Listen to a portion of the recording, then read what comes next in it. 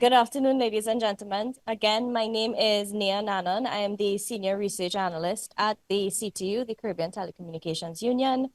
And it is my pleasure to welcome you to our short but pivotal panel discussion at our second SIDS IGF, where we're going to touch on the current realities and experiences of SIDS within global digital governance processes. With us today, we're honored to be joined by esteemed representatives from our partner agencies such as the ITU, Mr. Cleveland Thomas, Area Representative, ICANN, Mr. Albert Daniels, Senior Manager, Stakeholder Engagement for the Caribbean, and the Commonwealth Secretariat, Ms. Vashti Maharaj, who is the head of the Commonwealth Connectivity Agenda. The presence of our key stakeholders on this panel this afternoon underscores the global recognition of the critical role that SIDS play in shaping the digital future. SIDS occupy a unique and crucial position within global digital governance. The digital landscape presents both profound opportunities and significant challenges for SIDS, affecting everything from economic resilience, which we touched on earlier, to environmental sustainability and inclusive development. Our islands, while diverse in culture and geography, share common vulnerabilities and aspirations that bind us together in this digital age. The CTU has been actively collaborating with ICANN to develop a designated space for SIDS within the ICANN framework. This initiative is one step closer towards the commitment to ensuring that the voices of SIDS are heard and that their unique perspectives are integrated into global governance processes. Our work with the ITU and the Commonwealth Secretariat have also been instrumental in promoting the active participation of Caribbean member states within these organizations' processes and initiatives. And it is our goal to extend this engagement to include all SIDS, fostering a truly inclusive and representative dialogue. But to elaborate on this further, I invite our speakers to tell us more about the involvement of SIDS within their respective global governance processes. And to do so, I'll first hand over to Mr. Cleveland Thomas, Area Representative, ITU. Thank you, and good afternoon to you. The International Telecommunications Union, most of you may not be aware, we celebrate the fact that we are the oldest UN agency in the world, celebrating over 150 plus years in our operation, specialized in ICTs. I think that's worthy of a round of applause. Yes? It is. I have been told 5 minutes max, if anything, to just probably elaborate a bit more on what the ITU is doing as far as SIDS is concerned. Some of you may have been in the room where our director, Dr. Cosma Zavazava, presented before in a number of areas in elaborating on our work. And speaking specifically on the Development Bureau of the ITU, one of the key things that we look at is really dealing with connectivity and the extent to which we can perhaps bridge some of the challenges or the divide that you have throughout the world. We look at substantially two strategic priorities, those being universal connectivity and sustainable digital transformation. Now, we have a lot of distinguished members here on the panel, and perhaps what I will do before sharing some of the things we are doing within the ITU as far as SIDS is concerned is to share some data with you, some measurements that most of us may not be aware of as far as SIDS is concerned. Because to date, as far as internet use is concerned in the world, we are speaking about 57 SIDS countries in the world overall. And when we talk about internet growth or so forth, our studies show that just about 8.4% annual growth since 2014 to 2023, against a global growth rate of 6.7%. So SIDS growth is above that of the growth globally. We also have information that shows that despite that 2/3 of SIDS population was online by 2023. The world average far less than the world average overall. And that we recognize that there is a problem in our studies concerning 3 areas: affordability, infrastructure, and capacity. So when we look further from the information, this is not where the ITU is doing it on our own. It's based on questions that we sent out and getting feedback from a number of our members. Price, for instance, for entry level for fixed broadband, base for SIDS was 46% above the world median average. And price for data on mobile broadband was almost twice that of the world's median average. Quite expensive overall. 18% of the population in SIDS had access to internet, but did not use it. So even though you have access, about 18% of its members are not using it. And 74% of individuals in SIDS own mobile phone, and close to the global average, about 78%. Now, I can go on and on about a lot of good figures that we have within the ITU. But speaking specifically to the question as to what we are doing within the ITU as far as SIDS are concerned in helping deal with some of these challenges, we work with governments, we work in collaboration with a lot of our partners and those within the UN agency, private sector, etc. And we have some beautiful programs to treat with some of these challenges overall. With CTU, we are working right now together with them in looking at a regional harmonized approach for regulation and policy. I just see the gentleman walking here from the EU. One of the questions he raised earlier is, why are we having every single country in the Caribbean dealing with big data, dealing with data center, dealing with policy? Why don't we have some kind of harmonized approach? So the CTU, ITU working on dealing with some of those challenges. We also have the EID. That's an important item. We heard earlier from USAID rep speaking to some of the things on policies and regulation, data protection, as far as security and engendering trust. Again, the ITU is working with a lot of countries within the region. And just a few others. In my last minute, National Emergency Telecoms Plan, dealing with issues as it relates to emergency and climate change. Our colleagues here doing a lot of work with governments in helping you develop your National Emergency Telecom Plan, taking it from a macro level all the way through for the different stages. And we can't at all forget some of the things that we are doing as far as school connectivity is concerned. CERT, National CERT and Cybercrime and Security. So through the ITU, we are working with governments, we are working with our partners around the table here and elsewhere with the objective of fostering economic growth, using social development, and using the technology as best as we can. I see a red flag up there. That's a sign for me to stop. Over to you. Thank you, Mr. Thomas. Moving quickly along. I'd like to invite Mr. Albert Daniels, Senior Manager, Stakeholder Engagement for the Caribbean, ICANN. Thank you very much, Nia. Honorable Minister, members of the head table, distinguished ladies and gentlemen. I'll get straight into it. Just by a quick show of hands, how many in the room know what ICANN does or have heard about ICANN? 1, 2, 3, 4. Maybe about a third of the room. That's pretty good, actually, because most times when I attend these conferences, most of the persons, including ministerial level representatives from, the countries that I represent, are not familiar with ICANN. Now, I looked with great interest at the presentation of Dr. Lizardo, and many, if perhaps more than 90% of the projects that he listed all depend on a stable, single, open, interoperable internet. There is no question in our minds that we all need a functioning internet for all aspects of our economic and social development, especially moving forward.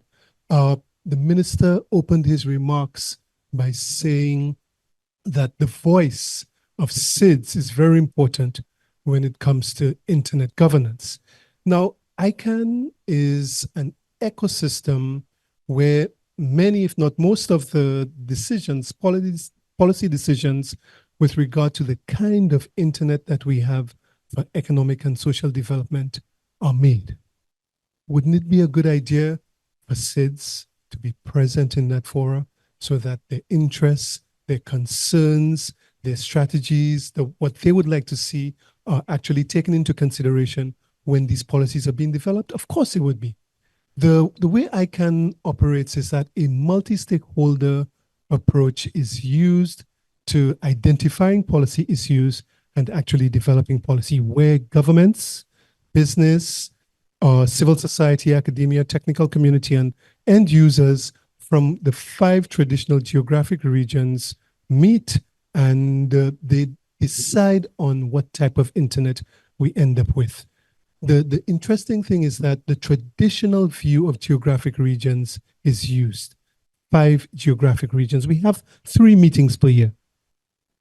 The minister mentioned that he's going to the next meeting that is taking place in Kigali. But what we have found in those meetings is that the participation of SIDS is low to non-existent. So we asked, why is this the situation? We put out a survey and we asked questions, why aren't SIDS participating? And what we got back was that there's a problem with resources of time and finances. There's a problem of capacity and awareness and engagement. And we also heard some interesting things about location and also size being problems. Ironically, when we looked at the results of those surveys, it was the response of the interviewees, the respondents, but a lot of the responses that we got were not actually accurate. One of the responses was that while we have many opportunities for financial participation, SIDS was saying, well, we don't feel that Antigua or Grenada or Dominica will get a financial opportunity to attend because they are very small. That is not the case. So the whole idea is that we need as SIDS to participate in ICANN so that we understand how policy is developed so that our input can actually feature. And when it comes to cybersecurity, internet governance policy, sharing of best practice, and so on, if we do not participate, then our interests and our needs are not actually going to be served. So that was just the first 2 sentences in my notes there, but I have to hand the mic over because I'm getting the look from the back. Yeah, so we know that they've been very, very strict with our time limit. So we're trying to stick to time. So we're moving very quickly, and feel free to engage with all of our speakers after they've kicked us out of the room. So that we're very quickly handing over to Ms. Vashti Maharaj, head of the Commonwealth Connectivity Agenda at the Commonwealth Secretariat. Thank you. Well, the good thing about going last is everybody said everything before. So now it's just really to surmise, and I can do this very quickly. You know, what we do at the Commonwealth Connectivity Agenda is it's recognized as that, as you have indicated, the world is more interconnected more now than ever. And I think one of the things that we champion and we work with CTU with is that, particularly coming out of this conference, small island developing states have similar problems. And I think that there needs to be more peer-to-peer knowledge exchange, but more peer-to-peer collaboration. And we have been working with the CTU to allow for that knowledge exchange through the Commonwealth Connectivity Knowledge Exchange Grant. And it is also, Cleveland, in relation to the Harmonized Legal Infrastructure for Telecommunications, where you can learn from the experience of other regions that have done it, learn from their challenges, and be able to move on. One of the things that have come out during this conversation is that though you are small island member states and with limited resources, nothing holds you back from being a great ICT economic superpower. But what we have to do, just like DDR has done it, is do it in a smart, strategic, and integrated way. And I think it's a good lesson that we can learn. The second thing I'd just like to touch on is that we are presuming that AI and manufacturing 4.0 is a global solution that will save the world. But as you pointed out, technology is a means to an end. It's not a panacea. And one of the things that we need to acknowledge is that many SIDS are not actually on the actual pathway to meeting their 2030 goals and their mandate. And we need to really come together to think, why is this and how do we bridge this gap? We have particular problems that we face. We are susceptible to certain vulnerabilities, certain fiscal capacity, like, when you have to make big economic decisions, ICT or health, or ICT in education. So what needs to be done is we need to identify specific targeted programs. And one of the things that's really important that has come out during this conversation that we really do champion is that you're not walking this path alone. So the involvement of regional organizations that can really share or leverage the use of national NRIs, for example.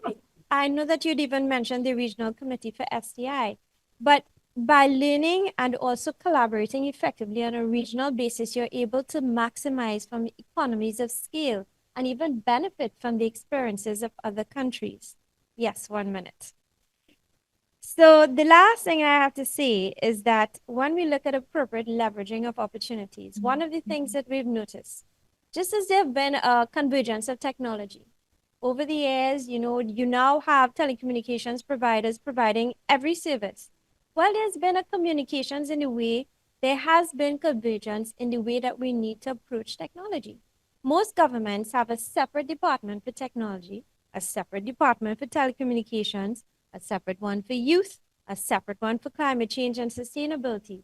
But I think in the discussions that have come out this week, it is very clear that they're all interconnected. So we really need to look at how we take a converged approach towards governance and really getting all the necessary voices to the table. Have I done well, time also? Yes. Thank you. Yes. Thank you.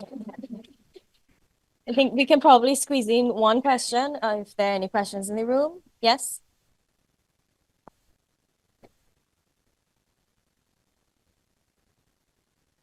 Thank you. My name is Andy E. Williams, and I represent the Dynamic Coalition on SIDS in the Internet Economy. So one of the things that I've heard repeatedly is that there needs to be more cooperation. I would see this as, I would raise the question whether there needs to be more collective intelligence, that is collectively intelligent cooperation. So when it comes to introducing technology into SIDS, or increasing the deployment of technology, technology can be deployed in a zero-sum environment where it leads to an increase in inequality, actually, or it can be deployed in a non-zero-sum environment where it increases collective benefit. So I was speaking with some of the attendees before this panel, and the key question that I have is networks of things that cooperate can achieve vastly, if not exponentially greater impact on whatever goal that it is you're trying to achieve per program dollar. So that means if you're looking to achieve, if you have $1,000 and you have 1,000 times the impact, that's the effective impact of $1 million. And we see these impacts, we see these increases in impacts in various places. So the question is, how do we reliably ensure that we are looking for these network effects, this collective intelligence that can multiply the impact of the programs we're looking to implement? I'm going to answer that because we're out of time. And I will say that this is exactly what we're trying to do by grouping small island states with similar issues and challenges and opportunities together. So the way that ICANN is structured is not necessarily conducive to us as small states. ICANN has regions and they're underserved regions. The way that it is structured in terms of its communities and committees and so on, we have had to try to find a space in there that we can collectively, because we don't have, like for these meetings, the US will have 200 people. for ITU meetings, the delegations 300 and 400, right? The Caribbean will have maybe 10 or 15. So we're saying, well, we don't have, we don't have the space to send 50 people to the meeting. So how can we work together to ensure that we are still keeping track and we're still making a contribution and still shaping the policy collectively, rather than trying to, to compete, as it were, with the United States and Canada that has all of these experts from private sector, from the technical community, from NGOs, all of that. We don't have it.